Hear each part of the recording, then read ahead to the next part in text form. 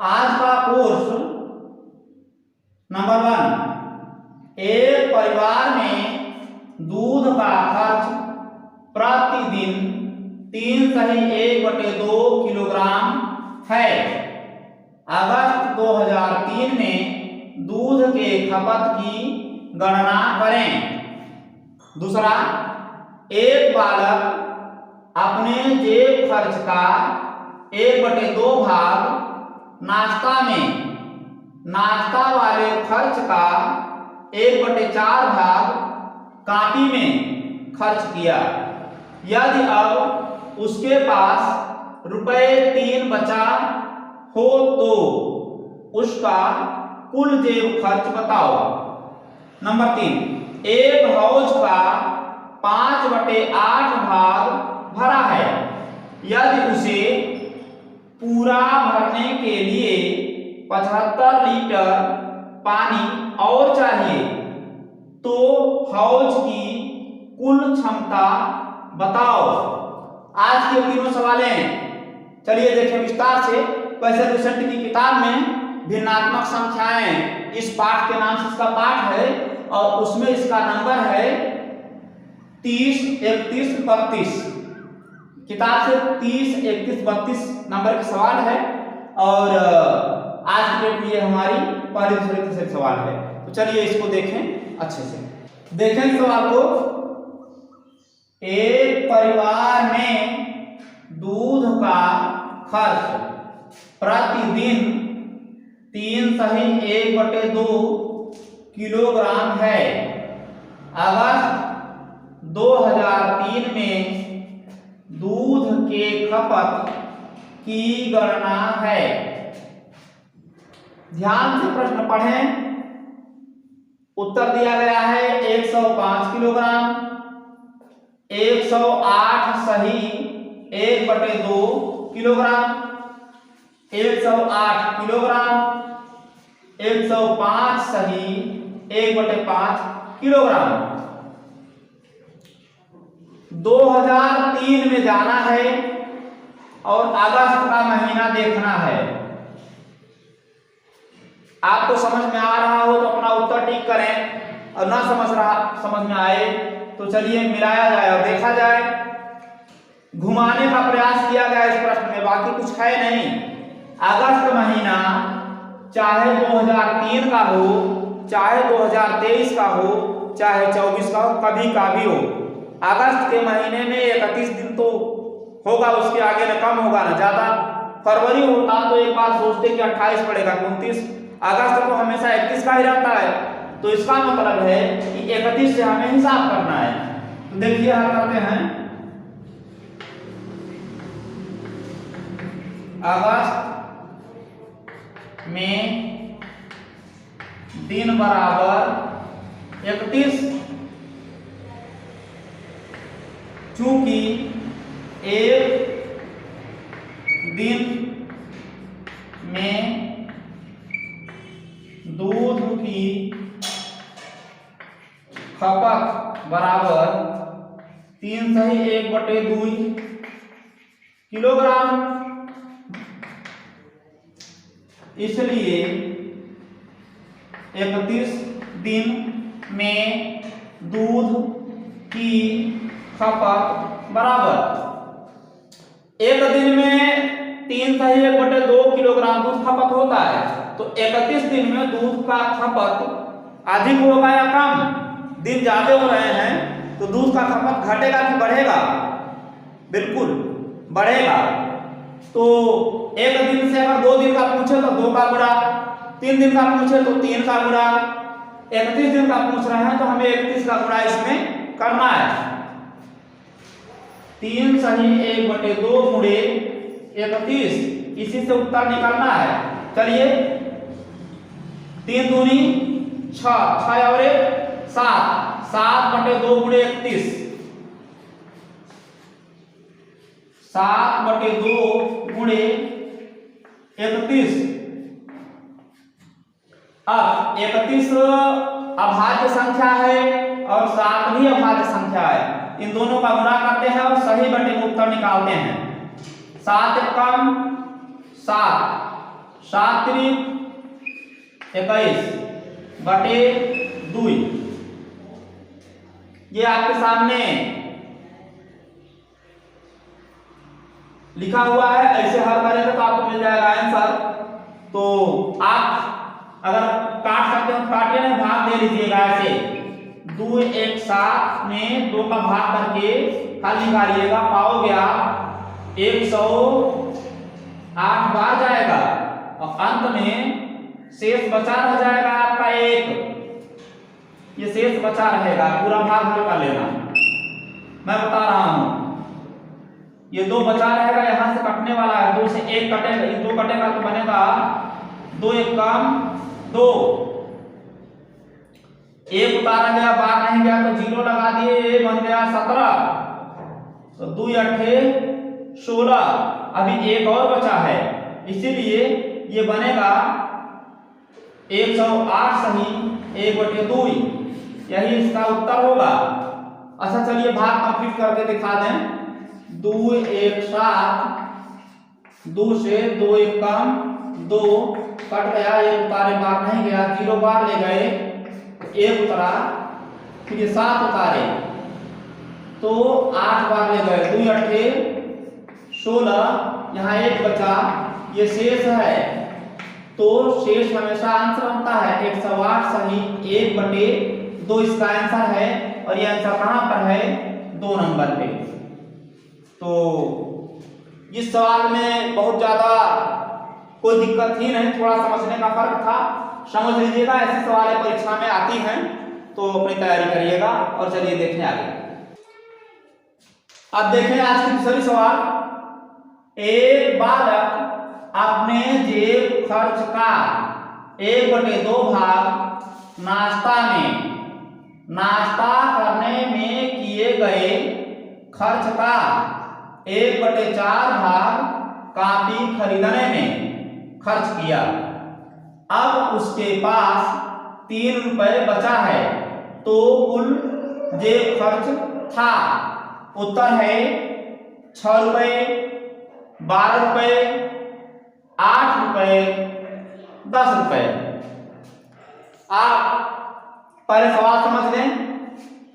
कोई बालक है, अपने घर से जेब खर्च पाया, नाश्ता की दुकान पर गया, जितना उसका पूरा पैसा था उसका आधा खर्च कर दिया नाश्ता करने में, और फिर कॉपी की दुकान पर गया तो जितना खर्च किया था नाश्ता में उसका 1/4 कॉपी खरीदने में खर्च कर दिया। और अब उसके पास 3 रुपए बचा है, तो आपको बताना है कि उसके पास शुरू में कुल कितना था, तो घर से कितना लेकर निकला था। तो उत्तर आपके सामने है 6 रुपए, 12 रुपए, 8 रुपए, 10 रुपए। यदि समझ में आता है तो उत्तर टिक करें, नहीं समझ में आता है तो चलिए सवाल को देखा जाए। सबसे पहले जेब खर्च था यानी कितना था यही पता नहीं है, हम मान लेते हैं, माना कुल जेब खर्च था बराबर x रुपए। अब x रुपए में उसने सबसे पहले खर्च कितना किया? नाश्ता में बराबर x का 1/2, यानी का की जगह पर आपको अगर याद है तो बताएं, नहीं याद है तो समझें कि का की जगह पर गुणा लगाते हैं। x गुणे 1/2 बराबर x से कम x/2, इतने का उसने नाश्ता किया। ये नाश्ता हो गया इतने का। अब नाश्ते का 1/4, ध्यान देना, कॉपी खरीदने में जो खर्च हो रहा है वो नाश्ते वाले का 1/4, कॉपी में बराबर x/2 का 1/4। अब आपको मालूम है कि का की जगह पर गुणा है, तो चलिए सीधे हम करते हैं इसको गुणा मान करके। इस का की जगह पर हम गुणा मान लेते हैं और इसी के हिसाब से हम करते हैं। x से कम x/4 दूनी 8, ये इतना वो कॉपी खर्च करने में, कॉपी खरीदने में खर्च कर दिया। अब उसके पास बचा है 3 रुपए। अब यहीं पर समीकरण बनना है और उस समीकरण को हल करने से उत्तर मिलना है। ध्यान से सोचिए, कुल मिलाकर उसके पास था x रुपए। x में से सबसे पहले उसने x बटे 2 रुपए नाश्ता में खर्च कर दिया और x बटे 8 रुपए कॉपी में खर्च कर दिया, तो भी घटा दो। x बटे 8 भी घटा दो। पूरे पैसे में से नाश्ता वाला भी पैसा घटा लो और कॉपी वाला भी पैसा घटा लो, तो बचा कितना उसके पास? बता रहा है कि 3 रुपए बचा है। तो चलिए इसी को हल करते हैं आगे। इस x के नीचे पूछ रहे हैं, इसको हम मान लेते हैं इसके नीचे 1 है और अब इसी का लघुत्तम हमें लेना है। 8 का, 2 का, 1 का लघुत्तम बनाएंगे तो 8 ही मिलेगा। लघुत्तम निकाल कर देख लीजिए। इस 1 से 8 में गुणा को भाग करने पर जाता है 8 बार, यानी हमें यहाँ 8 का गुणा करने से 8 बन जाएगा। तो ये बनेगा 8 कम 8x, 8x। इसी में से इससे अगर हम 8 में भाग करते हैं तो 4 बार जाता है, तभी 8 बनता है। तो 4 का गुणा यहाँ करने से 8 बन जाएगा, तो 4 का गुणा यहाँ लगाएंगे और लिखेंगे 4x। और इससे अगर इस 8 में भाग करें तो 1 बार जाएगा, यानी यहाँ पर कोई गुणा नहीं होगा और ये होगा -x। इतना के बराबर में 3 दिया है। अब घटाना करिए, देखिए 8x में से पहले 4x निकल गया तो कितना बचेगा? 4x बचेगा। 8x में से 4x निकल गया तो 4x बचेगा और 4x जब बचेगा उसमें से 1x और निकल जाएगा, तब 3x बचेगा। तो 3x बटे 8 बराबर 3। यहां देखिए 3x बटे 8 बराबर 3। अब समझिए, इस 8 का पक्षांतर करेंगे हम 3 की ओर ले जाएंगे, यहाँ पर केवल 3x बचेगा। 3x बराबर ये वाला 3 उतारेंगे और पूरे ये 8 ले आकर यहाँ रखेंगे। बटे वाली संख्या दाहिनी ओर जाने पर गुणा करती है और उसके बाद यहाँ केवल x उतारेंगे और इस 3 को भी ले जाना है।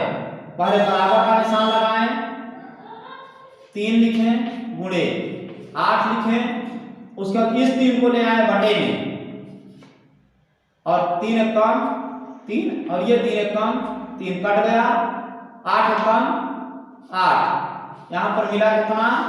8। ये x बराबर 8 है, अर्थात उसका जेब खर्च पूरा 8 रुपए था। कहां है ये? नंबर 3 पर। ये वाला उत्तर आपका सही है।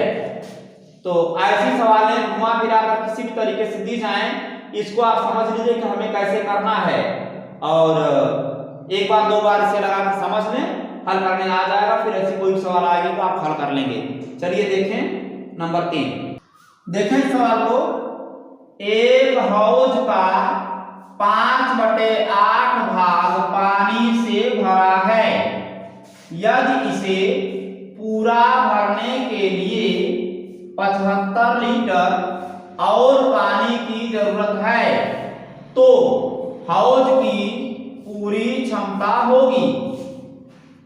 उत्तर दिया है 120 लीटर, 375/8 लीटर, 200 लीटर, 325/8 लीटर।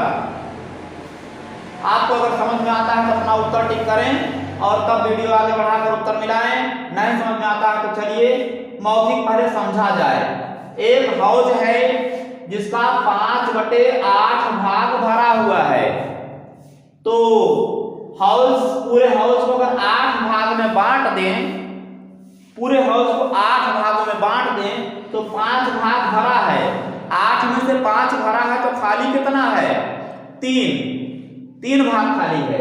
और उस 3 भाग को भरने के लिए कितना लीटर चाहिए? 75 लीटर। तो एक भाग का हिस्सा कितना बनेगा? 75 में 3 का भाग करोगे तो एक भाग मिल जाएगा 25, और फिर उसी 25 में 8 का गुणा कर दोगे तो उत्तर मिल जाएगा 200 लीटर। लेकिन अगर आपको तर्क ऐसे नहीं समझ में आता है तो चलिए इसको हल किया जाए। माना पूरी क्षमता बराबर x लीटर भरा है बराबर x का 5/8। अब बताओ बाद की जगह पर क्या लगा लेते हैं? गुणा। तो चलो हम यहां गुणा लगा ले रहे हैं। x पंचे 5x/8 इतना भरा है, तो खाली कितना है?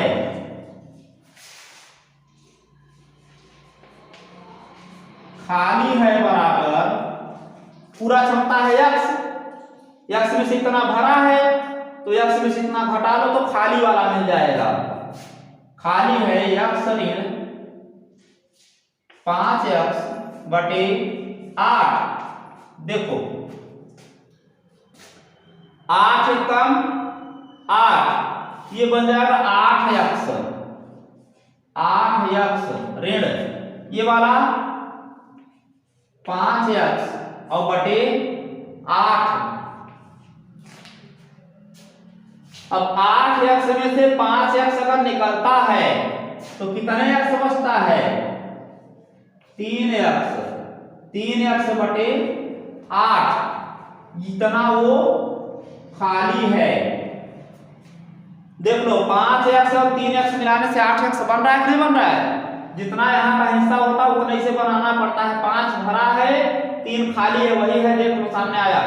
अब जो खाली है 3x/8, तो ये 3x/8 है कितने के बराबर? 3x/8 जो है ये बराबर है 75 लीटर के। 70×5 75 लीटर के। अब इस 8 का पक्षांतर करना है हमको। 3x बराबर करेंगे 75 गुणे 8। ये 8 इधर हो गया दाहिनी ओर, अब ये 3 को भी दाहिनी ओर करना है। x बराबर 75 गुणे 8। अब ये 3 यहाँ पर बगल में है, गुणा कर रहा है तो इधर आएगा तो बटे बनेगा। अब देख लो 3 एकम 3, यहाँ पर 3 दूनी 6, इसमें से 1 बचा, इसको दिया 15 बना। 3 × 5 = 15।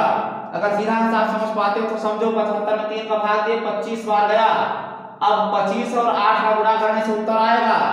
25 का पहाड़ा सरल है, 25 से कम 25, 25 दूना 50, 25 तिया 75, 25 चौका 100, 25 पंचे 125, 25 छक्का 150, 25 सत्ते 175, 25 अट्ठे 200।